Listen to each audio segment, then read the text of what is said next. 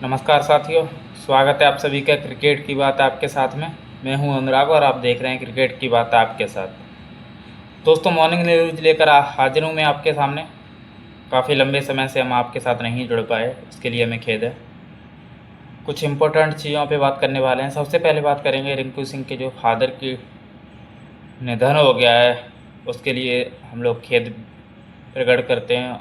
उनके पिताजी को जो है कि कैंसर था। अभी रिंकू सिंह जिम्बाब्वे वाले मैच से पहले वो अपने पिताजी से मिलने के लिए अलीगढ़ वापस आए थे, टीम के साथ थे। उसके बाद ब्रेक लिया उन्होंने 1-2 दिन का, और अपने टीम के साथ ब्रेक लेने के बाद अपने पिताजी के साथ आए, हॉस्पिटल में मिले। उसके बाद कल जो जिम्बाब्वे का मैच था उसके लिए वो टीम के साथ फिर से जुड़े।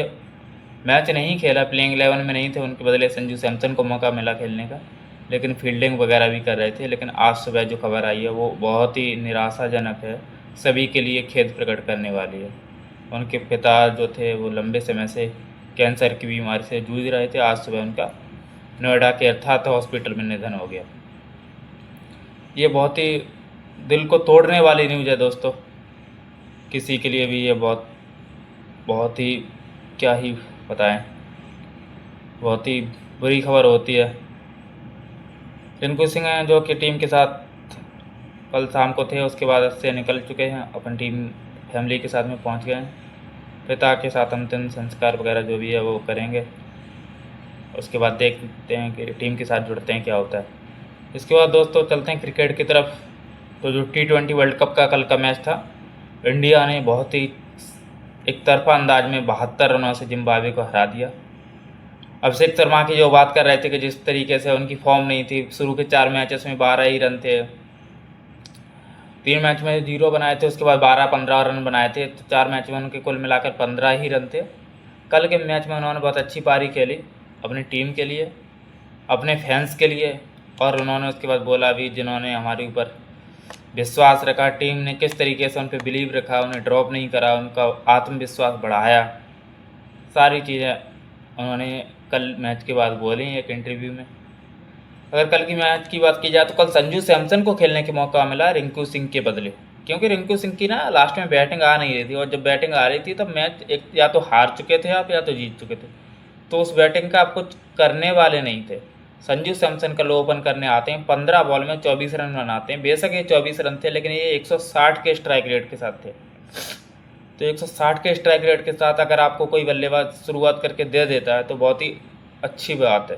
अभिषेक शर्मा जो रन नहीं बना पा रहे थे, उन्होंने भी कल बहुत ही अच्छी पारी खेली, 30 बॉल में 55 रनों की। ईशान किशन कल बर्न डाउन आए पहला विकेट गिरने के बाद, 38 रनों की पारी उन्होंने खेली 24 गेंदों में, 4 चौके 1 छक्के के साथ में। सूर्य कुमार हालांकि लंबी पारी तो नहीं खेल पाया, लेकिन वो इंटेंट वाली पारी थी, वो 250 के ऊपर के स्ट्राइक रेट की पारी थी दोस्तों। हार्दिक पांड्या को तो आप जानते हैं जिस तरीके से वो आते हैं, जिस दिन उनका मूड होता है और जिस दिन उनका दिन होता है तो क्या ही बैटिंग करते हैं। 23 बॉलों में 50 रन बनाए, लास्ट बॉल पे छक्का लगा के उन्होंने 50 किया। एक टाइम पे लग रहा था कि तिलक वर्मा का 50 हो जाएगा, लेकिन हार्दिक पांड्या के पास लास्ट ओवर में ज़्यादा स्ट्राइक थी और लास्ट बॉल पे उनके पास स्ट्राइक रही, तो उन्होंने छक्का लगा के तिलक वर्मा की अभी तक सभी लोग बात कर रहे थे कि 100 के स्ट्राइक रेट के आसपास बैटिंग कर रहे हैं, क्योंकि उनको ना नंबर 4 पे खिलाया जा रहा था, नंबर 3 पे या नंबर 4 पे, इस तरीके से बैटिंग कर रहे थे। कल उनको ना फिनिशर के तौर पे यूज करा टीम ने। जब 4 बल्लेबाज आउट हो चुके थे उसके बाद उनकी बैटिंग आती है तिलक वर्मा की। हार्दिक पांड्या को भी कल नंबर 5 पे बैटिंग कराई गई, इससे पहले वो नंबर 7 पे बैटिंग कर रहे थे। तो अगर इन बड़े खिलाड़ी को आप ऊपर बैटिंग कराते हैं लाइक हार्दिक पांड्या, तो आप उनसे कुछ निकाल सकते हैं, मैच का रुख बदलवा सकते हैं। जब लास्ट में ही भेजेंगे तो आप उनसे क्या ही निकल पाएंगे, क्या ही करवाएंगे। तो इस तरीके से कल टोटल इंडिया का जो स्कोर था 256 रन था, 4 विकेट के नुकसान पे 20 ओवरों के बाद। अगर जिम्बाब्वे की बात की जाए तो उनके तरफ से मुजरवानी ने 4 ओवर में 43 रन देकर 1 विकेट लिया, बाकी किसी ने कोई खास प्रभाव डाल नहीं पाया। सिकंदर रजा ने 3 ओवर डाले, 29 रन 1 विकेट, बाकी तो किसी ने 60 दिए, किसी ने 52 दिए, किसी ने कुछ।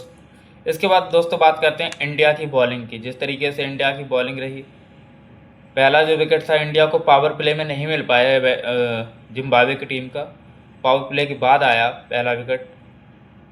तो उनके तरफ से ब्रायन बेनेट हैं जो जिम्बाब्वे के ओपनर, वो सिर्फ अभी तक एक ही मैच में आउट हुए हैं, वो भी पिछले मैच में। उससे पहले वो सारे मैच में नॉट आउट थे, कल के मैच में नॉट आउट थे। कल के मैच में अगर उनको 1-2 बॉल और मिल जाती हैं तो हो सकता है उनका शतक हो जाता है। कल वो 97 रनों पर नॉट आउट पारी खेल के गए हैं। और अभी तक जो बात हो रही थी कि ब्रायन बेनेट ने अभी तक इस टूर्नामेंट में एक भी छक्का नहीं लगाया, वो सीधे बैट से खेलते हैं, वो हाई रिस्क नहीं लेते हैं। तो कल उन्होंने छक्के भी लगाए, और सिर्फ छक्के नहीं लगाए, छक्कों की 6 छक्के लगाए उन्होंने। और जसप्रीत बुमराह पर जिस तरीके से पटकी हुई बॉल पर छाती के हाइट पे, चेस्ट हाइट पे जिस तरीके से उन्होंने स्ट्रेट पे शॉट खेला, कहीं ना कहीं विराट कोहली की याद दिला दी उन्होंने। ब्रायन बेनेट जिम्बाब्वे का बल्लेबाज, किसी ने सोचा नहीं था कि स्टेज इस टूर्नामेंट के T20 वर्ल्ड कप के इस स्टेज पे आके हाईएस्ट T20 रन गेटर के सेकंड पॉइंट पे होगा। वो अभी सेकंड नंबर पर हैं सबसे ज़्यादा रन बनाने वालों की लिस्ट में। सिकंदर रजा ने 21 बॉल में 31 रनों की पारी, 2 चौके 2 छक्के लगाए, और किसी ने कुछ कर नहीं पाया स्पेशल। अगर यही टारगेट अगर 180-190 के आसपास होता तो हो सकता है जिम्बाब्वे की टीम कल टाइट मैच देखने को मिलता, हो सकता है जिम्बाब्वे जीत जाती, कुछ लोगों का ये मानना है। लेकिन मुझे लगता है ऐसा कुछ नहीं था। इंडिया ने भी हल्के में लिया, लास्ट ओवर शिवम दुबे से कराया, उसमें काफ़ी रन गए। तो इंडिया को भी पता था कि इंडिया के पास काफ़ी सारे रन हैं, वो सिर्फ टेस्ट करना चाहते थे शिवम दुबे या किसी और को। तो इसलिए क्योंकि आने वाले जो मैचेस हैं उनमें हो सकता है शिवम दुबे या किसी की बॉलिंग की ज़रूरत पड़े, तो इसीलिए मुझे लगता है शिवम दुबे से आखिरी ओवर कराया गया। तो ये तो रही दोस्तों इंडिया की बात। जब इंडिया अपना मैच साउथ अफ्रीका के खिलाफ पहला हार गई थी सुपर 8 का, तो काफ़ी सारी बातें हो रही थी कि कहीं इंडिया बाहर ना हो जाए टूर्नामेंट से, क्या सेमीफाइनल में पहुंचेगी नहीं पहुंचेगी, नेट रन रेट, ये बहुत सारी चीज़ें हो रही थी। लेकिन जो कल मैच हुआ साउथ अफ्रीका और वेस्ट इंडीज़ का, और जो साउथ अफ्रीका ने जीता, नेट रन रेट का सारा मामला निकल गया है इस टूर्नामेंट में। जो इंडिया के लिए बोला जा रहा था सेमीफाइनल में पहुंचने के लिए जो रुकावट बन सकता था, क्योंकि अगर सपोज दैट वेस्ट इंडीज़ की टीम मैच जीत जाती तो दिक्कत आती नेट रन रेट की, क्योंकि वेस्ट इंडीज़ की अगर मैच जीत जाती तो उसके भी 4 पॉइंट होते आगे चल के।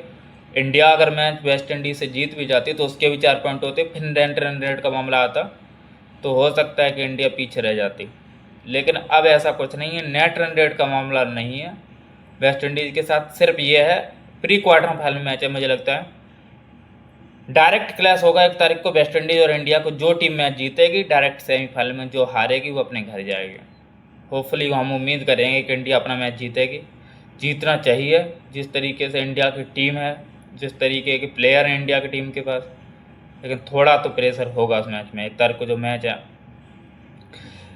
लेकिन अगर नेट रन रेट की मामले की ही बात की जाए तो अभी भी नेट रन रेट के मामले में इंडिया कहीं ना कहीं बाहर हो सकता है अगर एक चीज़ होती है तो। अगर सपोज दैट इंडिया के मैच और वेस्ट इंडीज़ के मैच में 1 तारीख को बारिश हो जाए तो वेस्ट इंडीज टीम के पास भी अभी 2 पॉइंट है, इंडिया के पास भी 2 पॉइंट है। इस हालत में क्या होगा, नेट रन रेट का मामला इसलिए फंसेगा क्योंकि दोनों के पास 2-2 पॉइंट हैं, और वो मैच अगर बारिश से धुल जाता है इंडिया वेस्ट इंडीज़ का, तो फिर क्या होगा, 1-1 पॉइंट शेयर किए जाएंगे, 1 पॉइंट इंडिया के साथ और 1 पॉइंट वेस्ट इंडीज़ के साथ। दोनों के पॉइंट हो जाएंगे 3-3।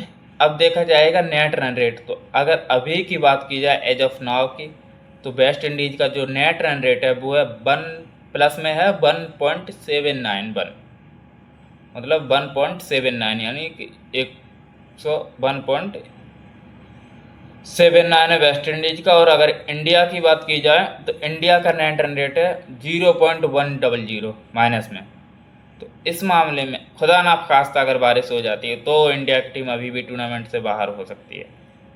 लेकिन होपफुली हम लोग प्रे करेंगे, दुआ करेंगे सभी लोग कि बारिश तो नहीं होनी चाहिए इंडिया में, क्योंकि श्रीलंका में कुछ मैचेस में बारिश देखने को मिली है, लेकिन इंडिया का ऐसा मैच नहीं गया है कि बारिश की वजह से धुल गया। इंडिया में जो भी जितने भी मैचेस हुए हैं T20 वर्ल्ड कप के अभी इस सीज़न में, तो बारिश नहीं आनी चाहिए दोस्तों। बस बारिश ही है जो इंडिया को बाहर कर सकती है, वरना इंडिया अपना मैच जीतेगी तो डायरेक्ट सेमीफाइनल में पहुंच जाएगी।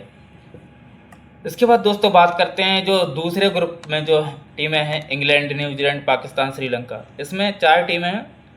श्रीलंका की टीम पहले से बाहर हो चुकी है, 2 में से 2 मैच हार चुकी है और बाहर हो गई है। इंग्लैंड की टीम 2 में से 2 मैच जीती है, वो अंदर हो गई है, क्वालिफाई कर गई है सेमीफाइनल के लिए। अब बची हैं 2 टीमें, न्यूजीलैंड और पाकिस्तान। न्यूजीलैंड की अगर बात की जाए तो न्यूजीलैंड ने 2 मैच हुए हैं, एक न्यूजीलैंड और पाकिस्तान वाला हुआ था उसमें बारिश आ गई थी, पॉइंट शेयर हो गए थे, कोई टीम न जीती न कोई टीम हारी। तो 1 पॉइंट वहाँ मिला था न्यूजीलैंड को, इसी तरह 1 पॉइंट मिला था पाकिस्तान को। अब पाकिस्तान को जो इंग्लैंड के साथ मैच हुआ था, पाकिस्तान अपना टीम मैच हार गई वो इंग्लैंड वाला। न्यूजीलैंड का जो मैच हुआ था अभी, न्यूजीलैंड अपना मैच जीत चुकी है। तो दोस्तों बहुत ही देखने वाली बात होगी कि न्यूजीलैंड पहुंचती है या पाकिस्तान पहुंचती है। जो मुझे लगता है वो न्यूजीलैंड लगता है, क्योंकि न्यूजीलैंड अपना आखिरी मैच श्रीलंका के साथ जीत के आई है।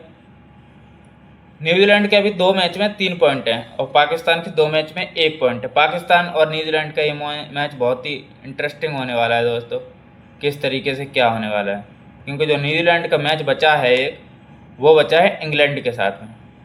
अगर न्यूजीलैंड अपना वो मैच जीत जाती है तो डायरेक्ट न्यूजीलैंड सेमीफाइनल में पहुंच जाएगी, पाकिस्तान बाहर हो जाएगी। और अगर न्यूजीलैंड सपोज दैट 1% मैच वो हार गई तो फिर देखा जाएगा नेट रन रेट और पाकिस्तान क्या जीतती है श्रीलंका के खिलाफ। अगर पाकिस्तान श्रीलंका के खिलाफ जीत गई तो भी उसको अपना नेट रन रेट इम्प्रूव करना होगा, तभी पहुंच सकती है, वरना न्यूजीलैंड के बहुत अच्छे चांस हैं दोस्तों, क्योंकि न्यूजीलैंड का जो नेट रन रेट है वो है +3.05 और पाकिस्तान का है -0.46। न्यूजीलैंड हारे या न्यूजीलैंड जीते, फेवरेट तो जाने के लिए न्यूजीलैंड ही है। जीतेगी अगर न्यूजीलैंड इंग्लैंड के खिलाफ तो डायरेक्ट फाइनल पहुंचेगी। अगर हारती भी है तो भी वो कोशिश करें कि बड़े मार्जिन से ना हारें, क्योंकि उनका नेट रन रेट बहुत अच्छा है, +3.05 है। पाकिस्तान अगर जीत भी जाएगी श्रीलंका को तो उसे बड़े अंतर से हराना होगा, कम से कम 50-60 रनों के 70 रनों के अंतर से हराएगी, तो कहीं उसका चांस बन सकता है। तो मुझे तो लगता नहीं कि 70-80 रनों से पाकिस्तान श्रीलंका को हरा सकती है अभी के टाइम पे, क्योंकि अगर वो 180 रन बनाए, 190 रन बनाए, 100 रनों के आसपास से स्कोर आउट कर दे श्रीलंका को पाकिस्तान, तब तो उसका कहीं चांस बनता है। तो दोस्तों इन मैचों पे भी नज़र रहेगी, क्योंकि ये न्यूजीलैंड और इंग्लैंड का मैच है वो होगा 27 तारीख यानी कि आज, और जो पाकिस्तान और श्रीलंका का मैच है वो होगा 28 तारीख की यानी कि कल। तो ये बहुत ही दिलचस्प मुकाबले होने वाले हैं दोस्तों, इन पर नज़र बनी रहेगी हमारी, इनकी खबर लेकर आएंगे और आप लोग देखेंगे ही। इसके बाद बात करते हैं दोस्तों, जो रणजी ट्रॉफी खेली जा रही है उसमें जम्मू कश्मीर और कर्नाटक की टीम फाइनल मुकाबला खेल रही हैं, और ये मुकाबला खेला जा रहा है कर्नाटक के हुबली में। इस मैच में जम्मू कश्मीर ने पहले बल्लेबाजी की और 584 रनों का विशाल स्कोर बनाया कर्नाटक के सामने। कर्नाटक की टीम 241 पर 6 इस टाइम पे, जिस टाइम पे मैं वीडियो शूट कर रहा हूँ। मयंक अग्रवाल 142 रनों पर बल्लेबाजी कर रहे हैं और बाकी किसी ने कोई बड़ा स्कोर नहीं बना पाया, चाहे वो केएल राहुल हों, चाहे वो देवदत्त पडिक्कल हों, करुण नायर हों, सभी ने निराश करा। और जो बात हो रही थी ना कि आकिब नबी वर्सेस केएल राहुल, आकिब नबी वर्सेस मयंक अग्रवाल, देवदत्त पडिक्कल, तो मुझे लगता है इसमें तो आकिब नबी ने अपना लोहा मनवाया। 16 ओवर में 4 मैडन फेंक के 34 रन देकर 3 विकेट लिए हैं। इसमें विकेट था करुण नायर का, इसमें विकेट था केएल राहुल का। जिस तरीके से उन्होंने गेंदबाजी की, आकिब नबी ने केएल राहुल को आउट किया, कीपर पे कट लगवाया, काफ़ी बीट भी करा था उन्होंने। करुण नायर को बोल्ड मारा उन्होंने, उनको समझ में नहीं आया, और उसके बाद स्मरण रविचंद्रन को भी उन्होंने आउट किया, जो कि one of the best batter थे कर्नाटका के। इस सीजन में उन्होंने बहुत ही इम्पैक्टफुल पारियां खेली थी और कहीं ना कहीं उनका अहम योगदान था फाइनल तक पहुंचने के लिए कर्नाटका के लिए।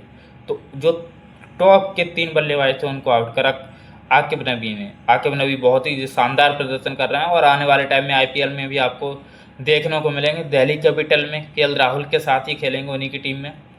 उसके बाद हो सकता है आने वाले टाइम में बहुत जल्द इंडिया के लिए भी आपको खेलते हुए नजर आए। इसके बाद दोस्तों बात करेंगे इंडिया वुमेन और ऑस्ट्रेलिया वुमेन के बीच में सीरीज खेली जा रही है ओडीआई की। पहला मैच था ओडीआई का, वो साउथ इंडिया वुमेन और ऑस्ट्रेलिया वुमेन, माफ़ कीजिए। तो पहला जो मैच था इंडिया वुमेन ऑस्ट्रेलिया वुमेन का, वो ऑस्ट्रेलिया वुमेन ने जीत लिया था। दूसरा मैच अभी खेला जा रहा है, इंडिया वुमेन पहले बैटिंग कर रही है। टॉस जीता था इंडिया ने और पहले बल्लेबाजी करने का फैसला करा। ओपनिंग की बात की जाए तो पहले क्या था, प्रतीक रावल आती थी और अभी भी वही आई हैं, उनके साथ में स्मृति मांद्रा हैं। और देखते हैं क्या रहता है। सैफाली वर्मा को इस मैच में ड्रॉप किया गया, पिछले मैच में वो 1 डाउन खेली थी। ठीक है दोस्तों, विदा लेते हैं आप सभी से, मिलते हैं बहुत जल्द। जय हिंद।